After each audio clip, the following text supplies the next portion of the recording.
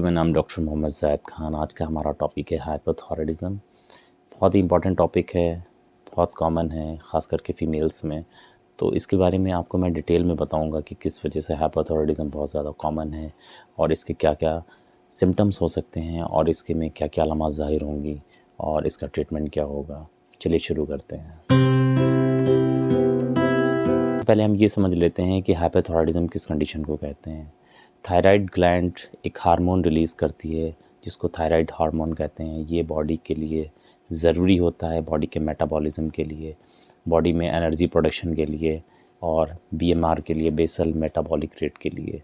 जब ये हार्मोन किसी वजह से बॉडी में कम बनने लगता है तो उस कंडीशन को, और बॉडी को जितनी नीड्स होती है और उसके हिसाब से ये हार्मोन जब नहीं बनता है और इसका लेवल जब कम हो जाता है तो उस कंडीशन को हाइपोथायराइडिज़म कहते हैं। आइए हम इसके कॉजेज़ के बारे में बात कर लेते हैं। इसका सबसे पहला जो कारण है वो हाशिमोटोज़ थायराइडाइटिस कॉज है, वो आयोडीन डिफिशेंसी। थायराइड ग्लैंड की अगर किसी की सर्जरी हुई है तो उसमें हाइपोथायराइडिज़म बहुत ही कॉमन है।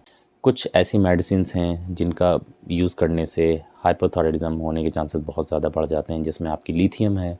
कुछ लोगों में ये कंजेनाइटल हो। नेक्स्ट इसका जो कॉज़ है वो पोस्टपार्टम थायराइडाइटिस आफ्टर प्रेगनेंसी। कुछ लेडीज़ में बहुत ज़्यादा आपने देखा होगा कॉमन ये प्रॉब्लम होती है, तो उसका एक ख़ास वजह है पोस्टपार्टम थायराइडाइटिस। इसके सिम्टम्स के बारे में बात कर लेते हैं। इसका जो सबसे पहला सिम्टम है वो, जिस किसी को भी हाइपोथायराइडिज़म होगा उसको बहुत ज़्यादा थकावट और बहुत ही कमज़ोरी लगेगी। दूसरा, उसको वेट गेन बहुत होगा। ऐसे शख्स जिनको थायराइड की प्रॉब्लम है तो उनके अंदर वेट गेनिंग बहुत ज़्यादा होती है, ओवर वेट हो जाता है क्योंकि उसका बीएमआर यानी बेसल मेटाबॉलिक रेट बहुत ही स्लो हो जाता है। ऐसे शख्स जिनको हाइपोथायराइडिज़म की प्रॉब्लम है उनको कोल्ड इंटॉलरेंस बहुत जल्दी होता है, बहुत जल्दी उनको सर्दी होती है और ठंडक से बहुत ज़्यादा उनको दिक्कत होती है। बॉडी में ड्राई स्किन बहुत ज़्यादा हो जाती है, स्किन बहुत ड्राई हो जाएगी।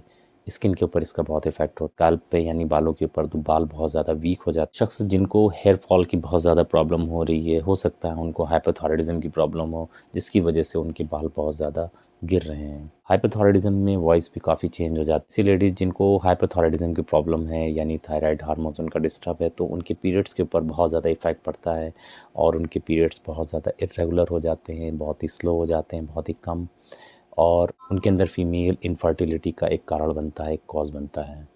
और ऐसी लेडीज़ जिनके बच्चे नहीं हो रहे हैं, हो सकता है उनको हाइपोथायराइडिज़म की प्रॉब्लम हो जिसकी वजह से प्रॉपर ओव्यूलेशन नहीं होता है और बहुत ज़्यादा इनफर्टिलिटी का एक बहुत बड़ा कारण है हाइपोथायराइडिज़म। इसके टेस्ट के बारे में, इसका एक सिंपल सा टेस्ट होता है थायराइड प्रोफाइल। उसमें ईजिली डायग्नोस हो जाता है। उसमें टीएसएच यानी थायराइड स्टिमुलेटिंग हार्मोन्स का लेवल बहुत ज़्यादा हाई हो जाता है और आपके डॉक्टर आपकी ईजिली डायग्नोस बना लेते हैं और आपके ट्रीटमेंट के लिए आपको कुछ मेडिसिन्स रिकमेंड करते हैं। दूसरा जो आपको टेस्ट कराना होता है वो एंटी-टीपीओ एंटीबॉडीज़ फॉर हैशिमोटोज़।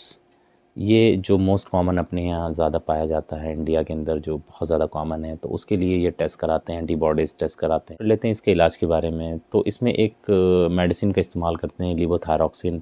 वो आपके डॉक्टर आपकी डोज़ डिसाइड करते हैं कि आपको कितने मिलीग्राम पे रखना है और धीरे धीरे वो आपकी डोज़ को ऊपर नीचे करते हैं। ये था आज का हमारा टॉपिक हाइपोथायराइडिज़म। अगर आपको वीडियो अच्छी लगी हो और ये इन्फॉर्मेशन अच्छी लगी हो तो हमारे वीडियोस को ज़्यादा से ज़्यादा लाइक करें और शेयर करें और कमेंट करें और चैनल को सब्सक्राइब करें और बेल आइकन को प्रेस करें। आने वाली वीडियोस आप तक सबसे पहले पहुंचती रहे। Thank you very much.